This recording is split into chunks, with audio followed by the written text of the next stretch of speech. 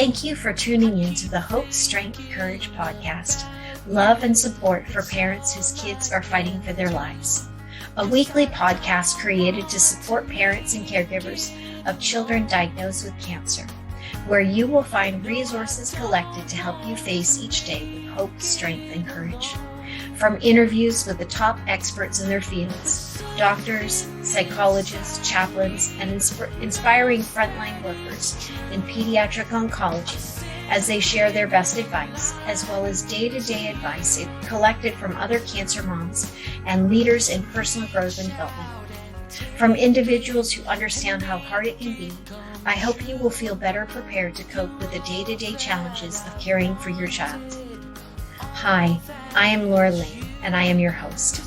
My own daughter Celeste was diagnosed with cancer at the age of 12. In 2015, I wrote about our experiences in the book, Two Mothers, One Prayer, Facing Your Child's Cancer with Hope, Strength, and Courage. Since that time, I have dedicated thousands of hours to share with other parents and caregivers the resources, tools, tips, and skills and strategies I learned that helped our family stay happier, healthier, and more hopeful. My goal is to share with you my interviews with experts to support you as you care for a child with cancer. This week, before I introduce today's interview, I'd like to tell you about the projects I've been working on to better support you as a cancer parent and the sponsor partners who are helping to make it happen.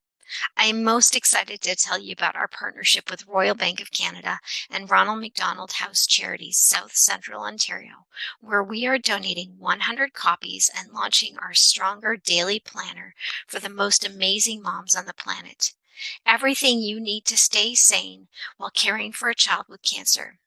A daily, weekly, monthly tracker for all things childhood cancer related. A planner to keep track of diagnosis, treatment plans, symptoms, medications, reactions, food intake, blood count tracker, plus everything else you need to keep track of for your family at home. If you would like to learn more or inquire about how to order your copy or how to sponsor copies for families at your local hospital, please visit our website, strongerplanner.com. This project has been made possible with the funding help of the Royal Bank of Canada, Ronald McDonald House Charities, South Central Ontario, to help us to distribute the planners, the design expertise of Mockingbird Designs, and impressive printing in Hamilton, Ontario. Our other exciting news is our 30-minute free webinar series, Coping Skills for Cancer Moms, hosted every Friday at 12 p.m. North American Eastern Time. I hope you will join me each week as I cover one of 7 pillars to living with grace and ease. My goal is to share the valuable skills I learned when our daughter Celeste was diagnosed, give you a short activity to help you to apply the skill, then open things up for questions, all in less than 30 minutes. If you are struggling right now, this might be just what you need to help you feel loved and supported and give you the strength you need to carry on one more day, one more week, one more month. To learn more, please visit my website, lauralane.ca. Now for today's episode, which features my interview with David Ekram as we discuss how to bring self-love and self-compassion into your life. David does a phenomenal job of covering the huge topic of positive psychology and distilling it down to a few key topics. This is the longest episode in the Hope, Strength, Courage podcast series. I hope you enjoy the interview as much as I did. I am pleased to formally introduce you to David Thomas Ekram. David is a former school administrator and teacher. His 30 years of education experience include being a founding high school principal in Beijing, China, where he was teaching psychology courses and was introduced to the exciting field of positive psychology. In addition, David has held admin teacher positions in Japan, South Korea, Europe, and on both coasts of America. He received his BA in psychology from SUNY at Stony Brook and his MD from Rhode Island College. Currently, David is a certified professional coach and leads local support groups, workshops, and classes in the areas of self-love, happiness, relationships, and spirituality. His passions and personal experience inspired him to create the Self-Love and Happiness Club meetup group with monthly meetings in New Jersey and New York City. in order to help others learn the art and science behind creating more self-love and joy in one's life. Traveling along a challenging yet fascinating road through his own life's journey, David takes his experiences and, combined with the latest research, develops programs to help people lead more authentic and courageous and meaningful lives. David is the editor-in-chief of the pursuitofhappiness.org newsletter and teaches workshops on community building. Welcome, David. It's wonderful to speak to you today. Thank you, Laura. It's a pleasure to be here. I'm honored, actually. Great. Thank you. Well, first off, I'd like to ask you, what drew you to the field of positive psychology? Yeah, well, you touched upon it in the intro, but basically I have a long history, at least from the first 3 or 4 decades of my life, of depression, anxiety, and all of that. And so as a teenager, I guess, I think it's kind of a cliche in a way where people want to study psychology to help themselves, and that's probably what I was doing. So I got my degree, like you had mentioned, in psychology, and I had thought about becoming a child psychologist, what I really wanted to do, but then some family issues came up, and I ended up getting my master's degree in education, like you mentioned, teaching emotionally disturbed kids. And so throughout my, career in education, that was really my goal. I always kind of identified with the psychologists of the school and the school psychologist, that kind of thing. So, fast forward, you mentioned I was a principal in a high school in Beijing, China. And the students knew about my background in psychology, and they'd asked me if I would teach a psychology course. And so I did. And so, of course, the first course I taught was all about abnormal psychology and, mental illness and all that kind of stuff. And after about a month of doing that, one day one of the young ladies in my class, Chinese girl, knocks on my door and kind of shyly comes in and says to me that she's been reading some things that were taking place at Harvard, and that there's a class on happiness, and she was reading about positive psychology. And she kind of looked at me and she said, the whole class is now so depressed after what you taught us. Can you teach us about positive psychology now and happiness? And we kind of laughed together, and I said, fine, I'll look into it, because I hadn't really heard much about it before then. And so I looked into it, and it was like, wow. It was exactly what I had been feeling my whole life was missing from the psychology field, looking at what helps people thrive instead of what makes them ill. And so again, fast forward a little bit, about 3 years ago, I came back to the States, and I spent about 9 months to a year to get my life coaching certification. And during that time, I was taking some positive psychology courses and all that. And I remember one time sitting, just trying to figure out what do I really want to do. And I realized that, the field of positive psychology is really grabbing me. And so I just started taking, like I said, a lot of coursework and studying the research and reading all kinds of books. And that's pretty much what got me to positive psychology, I guess. Oh, that's an interesting path that you went along to get there yourself. My own daughter, my oldest daughter, is in third-year psychology at the moment as well, so I'll have to make sure to point her towards positive psychology. Oh, yeah, absolutely. It's really worthwhile checking out. It really kind of balances things out, too. It really does. So what can you tell us about the research on the science of self-love and compassion and happiness and well-being? Well, do we have about 12 hours? Oh, I wish. Yeah, I know. There's so much. And so what I will do is probably just touch upon, I won't even be touching the tip of the iceberg, so to speak, but I'll touch upon some of my favorites and what I've been learning and what I actually been working on and teaching in workshops that I do and meetups that I do. So the research began, I would say, in earnest in terms of positive psychology, probably sometime around 15, 20 years ago. And there's a lot of people now doing some great work. So let me start with probably like the self-love and self-compassion. And I kind of say self-love and self-compassion for reasons in terms of, like, some people, when they hear the term self-love, they think, oh, that's just about somebody being a narcissist, or like, the ego is just going wild. And so sometimes I find that if I talk about self-compassion, people are a little bit more open to hearing about that. But to me, they're both pretty much the same thing. And it's all about just self-care, self-respect, acceptance. So let me start off with one of the people I talk about all the time in our workshops. His name is David Hamilton. He's a PhD scientist. And he wrote a book called I Heart Me, The Science of Self-Love. And I love what he writes about it. One of the things that I took away from him, and I always want people to recognize, is that, he talks about the 3 stages of self-love. The first stage he calls I'm not enough. And it's where people typically feel small, they're insecure, they feel unworthy, no confidence, they're really scared. They need people to like and approve of them. And that's probably like many decades of where I was at for a long, long time in my life.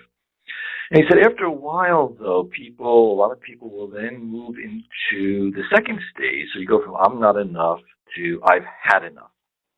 And he calls this a real key transition point. And it's accompanied by passion, but also sometimes anger. People just are tired and have had enough of feeling bullied or inferior or scared, giving their power away. And it's a very healthy space to be, but sometimes it can be a little scary getting to that point. So then he goes to the third stage, after I'm not enough and I've had enough, to I think it's pretty obvious, third stage is I am enough. And that is where you have feelings of acceptance and peace, authenticity, honesty. Challenges still come up, of course, but we don't waste time trying to get people to like and accept us. And he talks about how it's like we can jump in all 3 of those. It's not like a perfect progression. You can be feeling really great one day and then, of course, obviously not feeling so great the next. But this is I really like this, and I think it helps people get a perspective of where they are currently and where they need to go. So I really like David Hamilton. And next, basically, one of the things I also try to help people realize that in terms of self-compassion and self-love, there are really 4 main components, as I see it. And again, there probably are more depending on who you talk to. But to me, the 4 main components are authenticity. It's knowing who you really are deep down, not just your favorite color, your flavor of ice cream, but it's really getting in touch with who you are at the core, what your core values are, your strengths, your talents, your spiritual and religious views, things like that.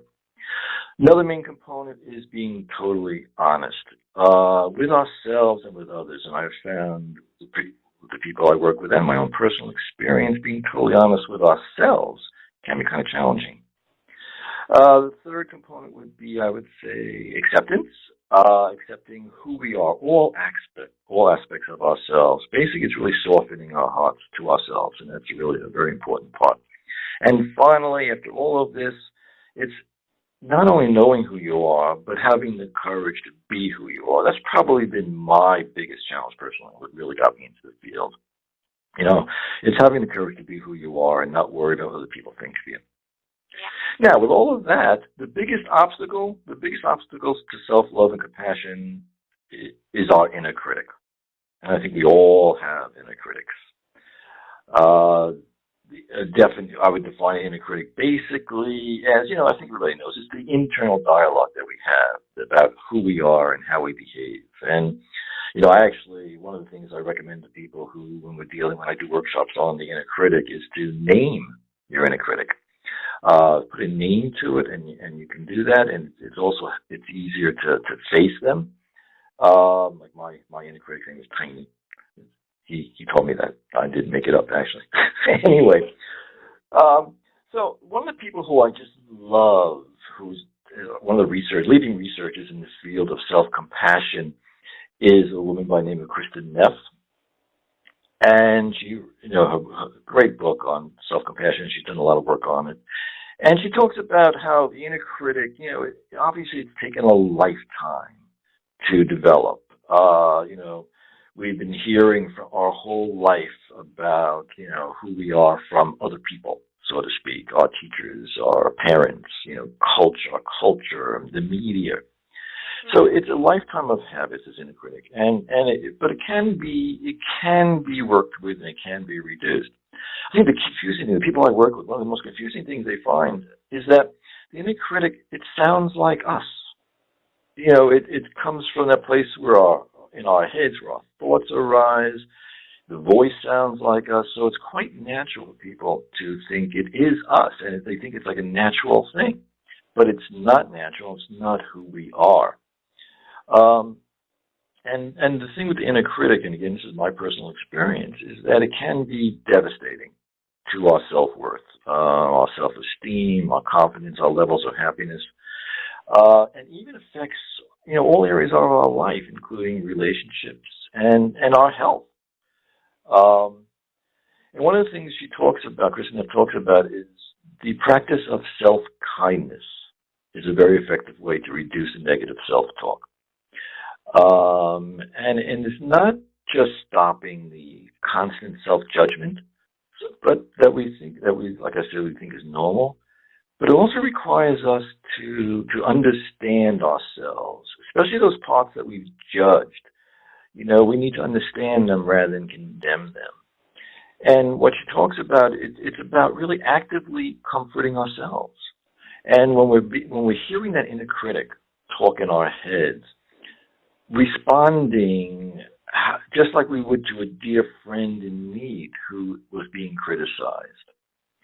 And basically, it's really about making a peace offering of warmth and gentleness and sympathy from ourselves to ourselves, where when the true healing can occur.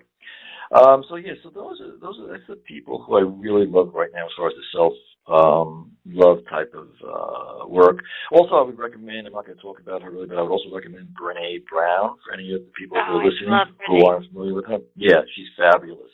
Her books are, The Gift of Imperfection and Daring Greatly, especially.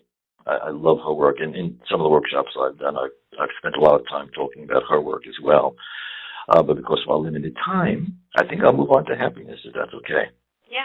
Well, I'd love to share with you something that I heard from a French philosopher named Jean Delaglio. And he said that love is an expression of tenderness. Mm-hmm. And when I heard that, I thought, if we could love ourselves in that way, that if we acknowledge. When I think of tenderness, I think of we treat tenderly something that's fragile, right? Mm-hmm. And if we acknowledge our own fragility, that our own ability to break, and treat ourselves tenderly in that way, love ourselves in that way, I believe that parents whose children are sick, it's very easy for us to see our children in that way and to love them that way, but we forget to love ourselves that way as well. Yes. Mm-hmm. That is so true. That's so true, Laura. In my experience in education, being, administrative, but also being a special education teacher for many, many years, I've dealt with so many parents, and while their kids weren't dealing with cancer per se, they had a lot of mental illness diagnoses or learning disability diagnoses. And the parents spent so much time, working with that and dealing with their kids, trying to help their kids. You're right, that they forget about themselves. And that's one of the things that I really love to do. I love to work with parents and to help them get in touch with that tender softness for themselves. And it's so important. You're right. It's just so important. Well, go ahead. Tell us about the happiness and well-being portion, and then we'll talk more about your self-love and happiness club. Okay. Sounds good. Yes. Okay. So in happiness, one of the things I really talk about, and I just love it. I know you've interviewed Mark Sutton from the pursuitofhappiness.org people, and he talks, and the work that they have done in terms of distilling a lot of the research down to the 7 habits of happy people, and I just love that, and I tell everybody about that.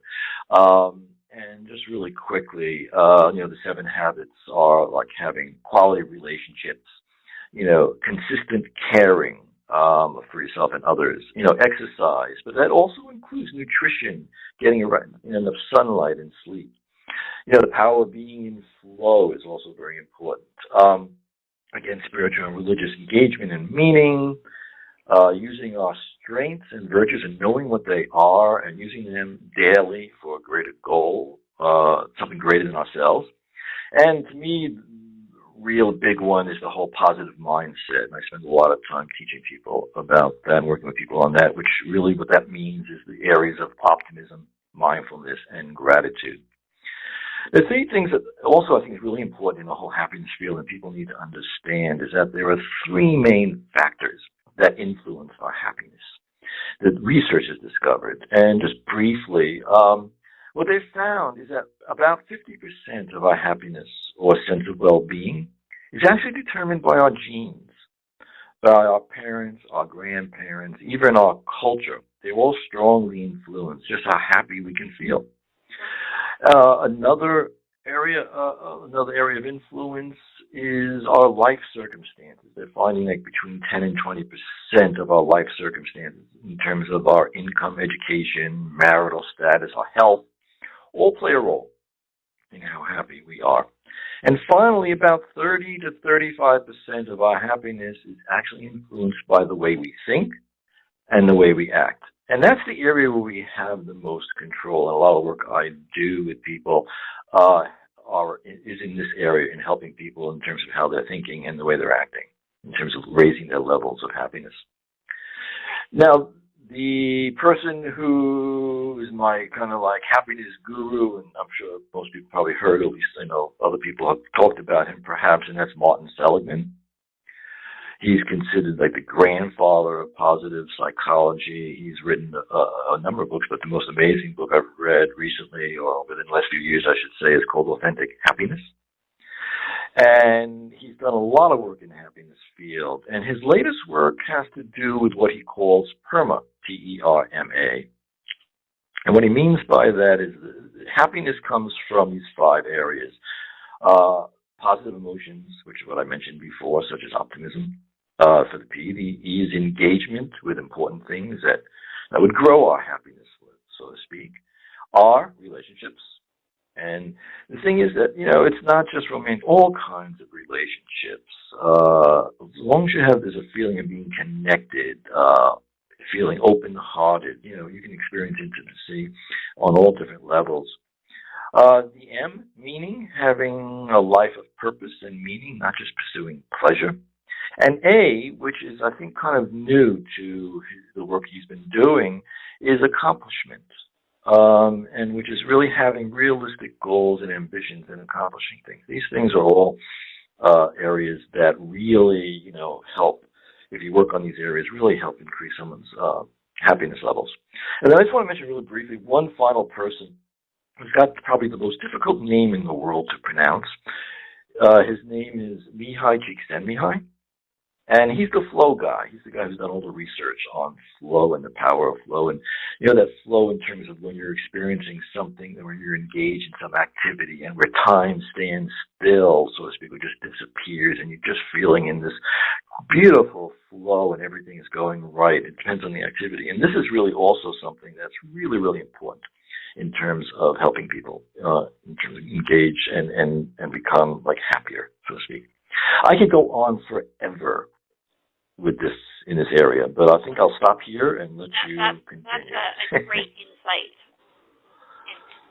At least, like you said, the research. Mm-hmm. So tell us more about your self-love and happiness club that you have created. Okay, sure. Let me preface that question with, what are some of the things that you teach there that we could share with parents whose child is sick, who wouldn't have the opportunity to attend? Sure. Okay. Let me just really briefly tell you how I came upon the Self-Love and Happiness Club. It's like I mentioned, I think earlier, I had gotten my coaching certification. And I remember finishing it and I was sitting on a friend's sofa, and I was moaning and groaning.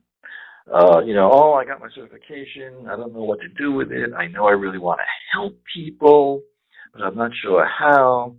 And my friend, she's a great coach herself, and she kind of started coaching me. And after a while, after a few questions and all, I realized eventually that I just wanted to help people like themselves more and just feel better about their lives. Because again, it comes from all personal experience. I grew up really not liking myself very much. And so she then asked me if I had ever heard about meetups.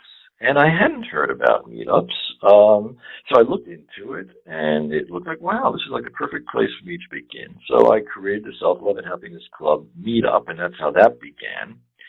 So I've been doing, these meetups for a long time, monthly, on various topics in positive psychology, especially self-love and compassion, and the science of happiness. And you mentioned I also do workshops, and I've spoken at conference and all.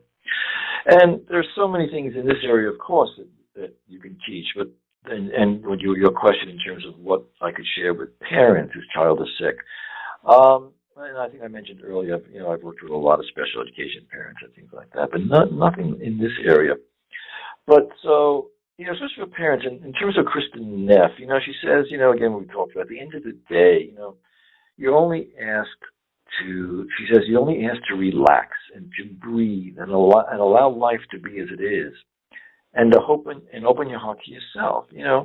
It's something that I would certainly recommend. In terms of doing that more practically, what I would recommend to parents who are open to the idea is I would do a lot of breath work and meditation. I teach a lot of breath work in my workshops, and I teach about meditation as well. Breath work is for someone who's never heard of it before. Oh, breathwork. Yeah, there's various kinds. There's various kinds of breathing. If you ever pay attention to how we breathe, especially when we're under stress, our breathing is very, very shallow. And sometimes we even stop breathing if we're really stressed out for periods of time. And so what I try to do is bring people's awareness to their breath, and to help them to always remember, okay, let's breathe deeply, breathing into your belly, slowly, and then breathing out. Even doing that 3 or 4 times whenever you think about it, it really helps tremendously. I will often stop it in the workshop as we're going, and okay, stop, let's take a moment to do some breathing. It really does help a lot, and there's real science behind it. Which when you think about, the oxygen, when you're under stress, your brain is dumping a bunch of chemicals into your body. And one of the nice things about breathing and getting the oxygen into your bloodstream, it reduces the stress hormones that are floating around in there. So if that, I hope that makes some sense in terms of what I'm saying. But yes, breath is so important. Also, what I teach, and I really stress this a lot, is especially for parents and who are working and who have a child who is dealing with, an illness, really working with the positive mindset of the 7 habits, the 3 things that I mentioned before: gratitude and mindfulness and optimism. And just a little bit of detail about that, if you don't mind. Gratitude is a load of research on gratitude. It is really one of the keys for feeling better about yourself and feeling better about life. Just really briefly, some of the research that's done on gratitude, people who are grateful, they're finding, have, less frequent negative emotions and more positive emotions. They have stronger feelings of social support, which I would think is really key with the people who are probably listening to the summit. And you feel less stressed and depressed. So I would definitely recommend really doing, and I'll talk about this a little bit later, I think, in terms of how parents can specifically deal with gratitude with their child. The other thing, of course, is mindfulness, and there are 2 keys to being mindful: being totally present, and then also being able to see the present clearly. And again, when you're dealing with very stressful situations, it's kind of hard. I in my experience with a lot of people I've worked with, it's hard to stay in the present moment. You're looking at the past, you're worrying about the future, and the research is showing so clearly that being mindful, being able to stay, in the present situation, it's just really, really helpful. And how do we develop mindfulness? And one of the best ways is meditation. And again, meditation doesn't mean you have to sit on a meditation pillow in a lotus position and sit there for an hour, just like home, om, whatever. There's all different kinds of meditation. You can do meditation for a minute, and just sitting quietly, paying attention to your breath. There's all kinds of ways, and I love teaching people about meditation. And there's a ton of research on it. There's a guy out of Harvard, he's at Harvard MBA, called Neil Parishcha, and he's the author of the Book of Awesome, which is a very, very popular book. But he also wrote a book called The Happiness Equation. which is amazing. And in that book, he talks about work that's being done at Massachusetts General Hospital. And what they did in the study they did there is that they looked at brain scans of people before and after participating in a course on mindfulness meditation. And what they discovered is that the parts of the brain associated with compassion and self-awareness grew during their mindfulness training, while parts associated with stress really shrank. And there's a lot of evidence also to support this. There's also a recent study coming out of Harvard that found just 8 weeks of a meditation practice, it rebuilds the brain's gray matter. There's so many things about it. And meditation, I think, for people who are really under stress, for whatever reason, is fabulous. I to be honest, in my history, I began meditating in 1978, and it's one of the main things I attribute to saving my life. It really did. It's that effective. And finally, the third thing that I really think I would really recommend parents look into is the whole field of optimism. And the really some really cool things about that is that a lot of the researchers looked at the difference between optimists and pessimists in terms of what they call the explanatory style. And what that means basically is how an optimist or a pessimist would explain a positive event or a negative event. And what they find is that pessimists generally, when something happens, like I say, a negative event occurs, pessimists will generally blame themselves. They'll believe that the event will continue and pretty much never stop, and that it will affect all aspects of their life. And research has shown that a pessimistic explanatory style, and I think this is kind of intuitive as well, is just linked with depression, stress, anxiety. And optimists, on the other hand, if they experience a negative event, they see it more as temporary. They see it as caused by something outside force. They don't blame themselves. They also see it as only affecting a small part of their life. And optimists, really the research on optimism is phenomenal in terms of it's really linked with life longevity, quicker recovery from illness, greater sleep quality. It actually protects against chronic disease they're finding, and it helps with increasing coping skills. So those are the things I really stress, and I would also, again, in our brief time, I can only go through a little bit here, but these are the things that I really think are really more relevant and pertinent to your audience. So those sound like incredible tools to teach their children. Mm-hmm. Absolutely, and there's some really, really cool ways. A lot of the research out there, they actually talk about different things you can do. And I might mention that a little bit later if we have the time. Okay, great. Well, I think you've covered the positive impact that has on their health. That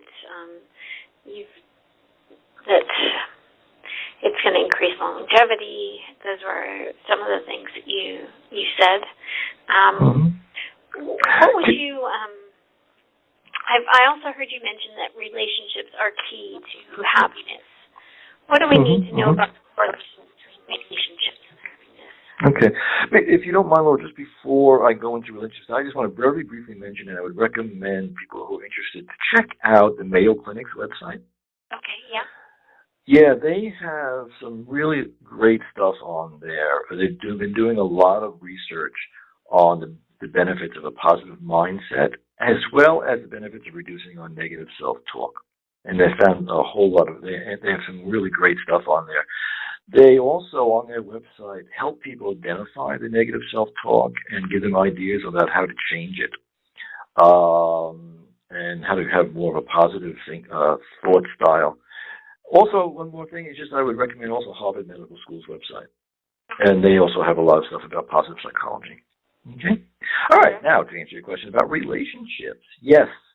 I don't know if Mark mentioned this when you talked to him, but the thing that's so cool about relationships and how important they are is that, a lot of the research is looking at when researchers are even studying like supposedly happy people. Like there was a really interesting study that came out of the University of Illinois, I think back in early 2000s, where Martin Seligman was part of it. And what they did there is they they did some research, and they found they saw the top 10% of these students who were really, really happy, and they said, okay, let's take a look at what really makes these top happy people really happy. And they found there was like one characteristic that they shared, and that was that they had strong ties to friends and family, and a commitment. That was an important part, a commitment to spending time with them. So there's a lot of research out there that suggests that people who are in relationships, and again, the relationship could be any kind of relationship. It doesn't have to be like romantic. Again, a close relationship where there's, heartfelt communication and a feeling of real support. This is what's really, really, really important. And it really, like I said, there's a lot of research out there that suggests that this could be like the number one factor in elevating one's happiness and sense of well-being. Do you have any suggestions for parents to help their child develop strong relationships despite the illness? Yeah. Of course, we want our kids to have lots of friends, but how do you do that when you're isolated in hospital or at home? How do you give recommendations to help parents to continue that isolation? I know. I can imagine that. And again, I'm sure you're aware. There's a lot of research on the danger of isolating ourselves. For whatever reason. And of course, when a child's ill and a child's in the hospital, there's a lot of practicalities, of course, with dealing with all of that. And I also know, and especially in my experience too, that I think it's very common that when we're feeling badly, either emotionally or mentally or even physically, it's very common for a lot of people to isolate themselves. But and so what I would recommend for parents is again, it's like these days there's so many ways to connect with someone. It could be anyone. It could be anybody. It doesn't have to be like a parent. It doesn't have to be, a caregiver. It could be another child. I think the key, though, is to help someone really break through the resistance. Now, one of the things I've read about and is that, and you could help me here if this is not your experience, but my understanding is that the research is showing that there are a lot of children who are dealing with cancer or some kind of catastrophic illness, and they tend to hold back how they're feeling. They don't want to burden their loved ones, their family, their parents, or their siblings, or what have you. And that is something that when you're developing a relationship, or when the child is developing a relationship with someone, it's so important to really get the quality and the depth of the relationship going, and to be totally honest, I think as adults, I think sometimes I know for myself, we tend to shy away from really opening ourselves up because we don't want to burden another person. But I think the research is really showing how important that is. And it's like to set the example, and and again, that's a great deal of the work that Bernie shares about vulnerability. Yes, absolutely. Being vulnerable and modeling the vulnerability is extremely helpful to other people who you're with and you're in a relationship with. Bernie does a lot of great work in that area. You're right. And the thing is, it could, the thing also is that relationships can be it could be another, it doesn't have to be, if a child is really isolated in the hospital, for example, the wonderful thing about, the world we live in today is the technology. In terms of where the relationship doesn't have to be in person necessarily. It could be online. There's so many ways where a child could be encouraged to develop a relationship with someone either through Skype or Facebook, various social things. You also a lifesaver, I think. Yes, it is. I agree. Skype is such a wonderful thing, and and even also not only just doing that, but also the research is finding that if you encourage a child to journal or to write about what is going on for them, it's also very, very healing. And what really can help bring people close is when you write about these kinds of things and then sharing your writing with another. The research is showing that this is really, really profoundly helpful for healing and for fostering like really close relationships, and it's one of my preferred methods. The other thing is, like, again, one of the things I would also recommend, and I touched upon it before in terms of gratitude and how, and I guess sometimes it might be hard to find things that you're grateful for, maybe when you're right in the midst of dealing with, with the problems and things that come up with, with the cancer diagnosis and all the healing that's going on. But coming up with like a ritual, one of the things I find, and I actually did this with some parents with their kids, and I help them create what we call a gratitude ritual or a gratitude game, where they'll get together with their child and they'll spend even a minute or 5 minutes, maybe in the evening before they go to bed. Okay, let's share, let's write down, or draw a picture, or do something, and somehow talk about what we're grateful for. And research has shown this is extremely helpful. And even in terms of just in healing, but also in terms of sharing and in creating relationship. I have found when I've done those sort of exercises that it's so important to remember the little things. Mm-hmm. Mm-hmm. Sometimes those little things can be, I'm grateful that there are sparrows yes. Walking around on my porch, that I can enjoy seeing them. Just those little tiny moments of gratitude can be just as important as saying the big things. I'm grateful for my spouse. I'm grateful for my child. Mm-hmm. But it can be, yes. I'm grateful that the sun is shining today, or I'm grateful that I can sit in a sunny window. Yes. Even though I can't go outside, but I'm grateful that, or I'm grateful for the sound of the rain on the roof. Or grateful for the fact that they got my orders right, the food that I ordered. Was good. They sent my child the right thing. Absolutely. Or the smile that my child got from that nurse today. Every little thing that happens. You're absolutely right. When I talk about like gratitude rituals and gratitude games, you're right. It could be the littlest things. And the one cool thing about that is, let's say, for example, you do create something. Like what I began with is I would spend like a few minutes at night before going to sleep and list a few things that I was grateful for. And again, most of the time it was really small things. But what I find happens when you do that over a period of time, you start to become more aware during your day-to-day activities of things to be grateful for. And you recognize them. And you acknowledge them. Wow, that was really, that person let me, had in mind today. That was really nice. I'm really grateful for that. You're right. And you start to recognize all the little small things. And the small things really do add up. Absolutely, absolutely true. When you mentioned mindfulness earlier, it reminded me of the fact that mindfulness, how it creates happiness. You can only experience happiness in the now. You can't experience happiness yesterday. You can't experience happiness tomorrow. You can only experience it right now. Sometimes it's because you think of something from the past, but because you're thinking of it now again, it's bringing it to you now. You can't project happiness into the past, and you can't project it into the future. You can only feel it right now. Yeah, absolutely true. One of the things that I've experienced, and I work with people, like a lot of us have worries.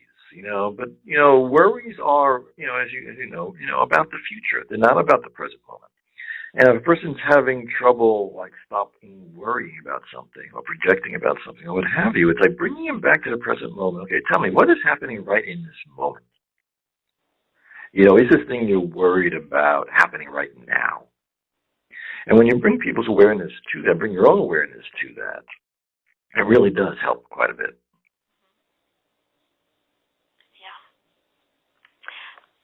Thank you for that. Thank you very much.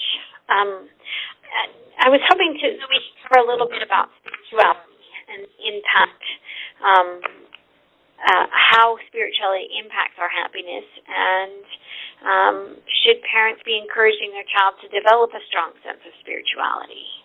I'm glad you asked that, Laura, because that's where my interests right now are really at. How do we integrate our spiritual and our religious beliefs and experiences with everything we've just been talking about? So that's a very exciting area for me right now. And of course, it depends on, as far as parents go, it really depends on their own personal beliefs and experiences. But, the research is showing that it also depends on the child's beliefs and experiences. And, there's a lot of research on, adults, with adults in terms of how their strong connection to a religion or spirituality really helps make them happier. And recently I came across a really very interesting research article. It was published, I think 2008, somewhere around there. And it looked at the relationship between spirituality and happiness in children, ages 8 to 12. Ages 8 to 12. And how they defined it, how the researchers defined spirituality and religiousness was, like they said, spirituality basically is an inner belief system that a person relies on, for strength and for comfort and things like that. Whereas religiousness refers to, what the adults would be more, inclined to in terms of religious rituals, practices, going to church, those kinds of things. And what they found, very interestingly, is that children's spirituality, what their inner belief system is, but not their religious practice, was strongly linked to their happiness. Children who were more spiritual were happier.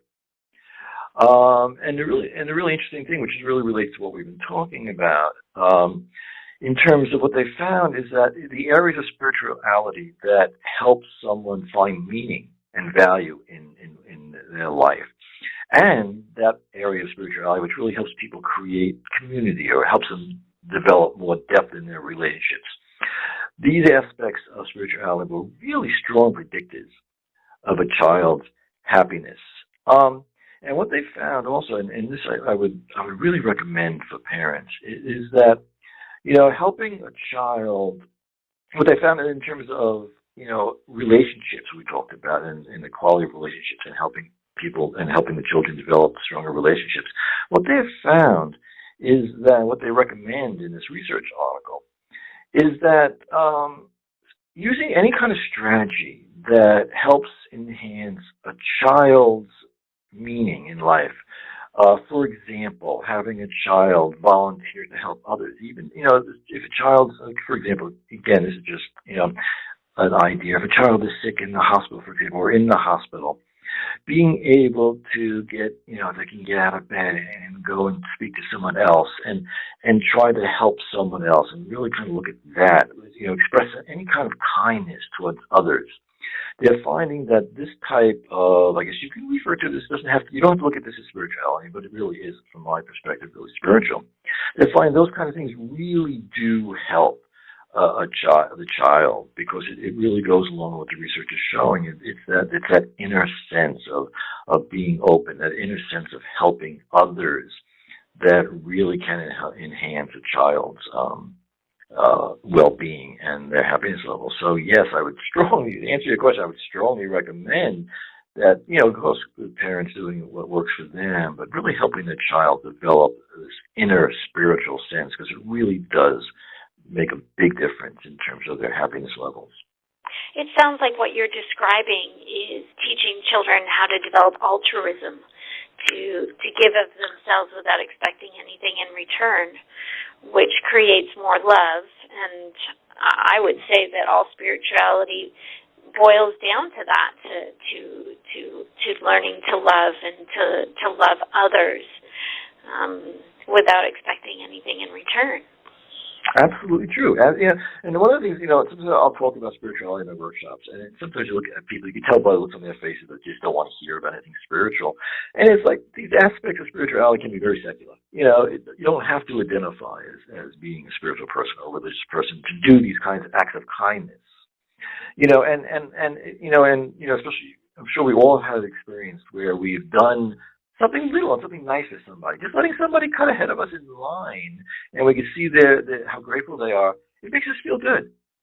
It elevates our feelings of happiness and all. And so, having children, finding some way where they can, you're right, be altruistic and help others, teaching them this kind of thing, it really will go a long way. It really does.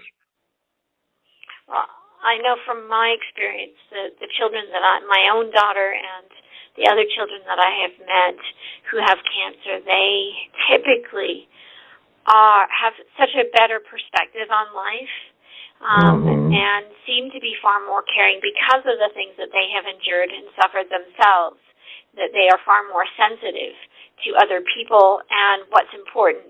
My own daughter, after she had finished her high-dose chemotherapy and was finally 4 months later able to go back to school, and the other kids are complaining about petty little things, and they're like, for her life, she had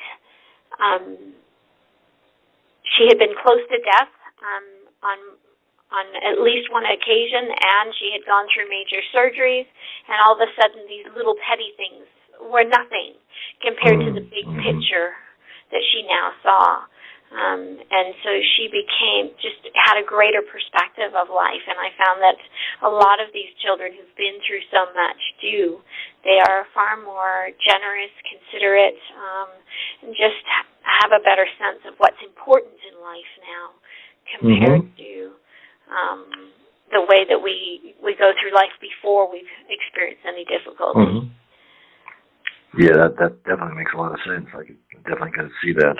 Yes. So, well, thank you for everything that you've been sharing with us, David. And the amount of time that you've spent sharing these insights has been terrific. I'd like to close our interview by asking you, what is a website that people can visit to learn more about your work and the Pursuit of Happiness Project, about your Self-Love and Happiness Club? Where would you like to direct our audience to learn more? Okay, well, it was so interesting you asked me that, because I've just recently, I had tons and tons of content and web pages on the internet, and I took almost everything down because I really am trying now to integrate the spiritual aspects of everything, and I want to rewrite everything. So if anybody's interested in more information and if they have questions, I would recommend they write to me with my email address. Okay. And then I could point them in the right direction, because by the time they write to me, I will have some stuff up on the internet. So David at davidekram.com. Terrific. I'd be happy to answer any questions or point them in the right direction. Yeah, there's a whole lot of great resources out there, and I'd be happy to help in any way I can. Well, let me spell that out for our audience. Sure. So that's David Ekram, DavidEkram.com. Yeah, so it'll be David. Yeah, David at davidekram.com. Yes. Okay, awesome. And we'll put a link up as well. And as soon as your website is available, then we'll make sure that we have that link for people. Okay, well. excellent. Let me know. Okay, very good. So. Yeah, I'd be happy to help anyway. Well, again, thank you very much, David. I really appreciate all the insights that you have shared, and we look forward to sharing that with our audience. Well, and thank you. It's been a pleasure and an honor to be here today. I really appreciate all the content David shared with us, from the summary of positive psychology to David Hamilton's 3 stages of self-love to the description of Martin Seligman's Perma of authentic happiness.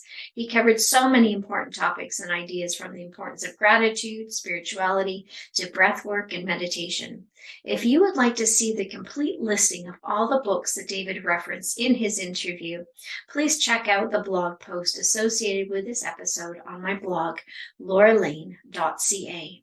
To learn more about David Ekram, please visit his website at davidekram.com, and feel free to email David at davidekram.com. This is the 26th episode in the Hope.Strength.Courage podcast series, and is our final episode for the series. But I invite you to check out all the other episodes if you haven't already. I highly recommend starting at episode number 1 for my interview with world-renowned pediatric surgeon, Dr. Bernie Seigel, as we discuss how to talk to our children when they are ill. Before we end our show today, we have one last segment. Over the last few years, I have asked other cancer moms what advice they wish they had known when their child was first diagnosed. I have compiled this information and will be sharing their advice each week. You can download the top 101 pieces of advice that I put together as a mini ebook at twomothers1prayer.com. Today's advice comes from Richard. He recommends having prayer warriors praying nonstop from all over the world, keeping them informed to consistently pray for healing and giving it all to God, including all the worry and stress, and the importance of reading passages of healing and asking others to send their favorite scriptures to you to get through. Don't forget to add your child's name to family prayer circles and having elders lay hands on your child during prayers. Thanks, Richard, for sharing that. If you have advice you had learned along the way that you wish someone had told you weeks, months, or years earlier, I invite you to fill out the contact form on our website, twomothers1prayer.com, and I will be sharing your advice with our listeners on future shows. Thank you for taking the time out of your busy schedule today to listen to the Hope.Strength.Courage podcast. I look forward to sharing more experts and advice with you again next Wednesday. Please remember to take a minute to subscribe to the show. Thanks also need to go out to our Hope.Strength.Courage production team, which consists of my wonderful assistant Tracy Ogilvie-McDonald, Andrew Braun at Braun Audio and Audio Geek, music by Fizz Anthony, social media support by Marife Constantino, and graphic design by Amy Hosmer. To learn more about myself, Laura Lane, and to order my book, please visit lauralane.ca.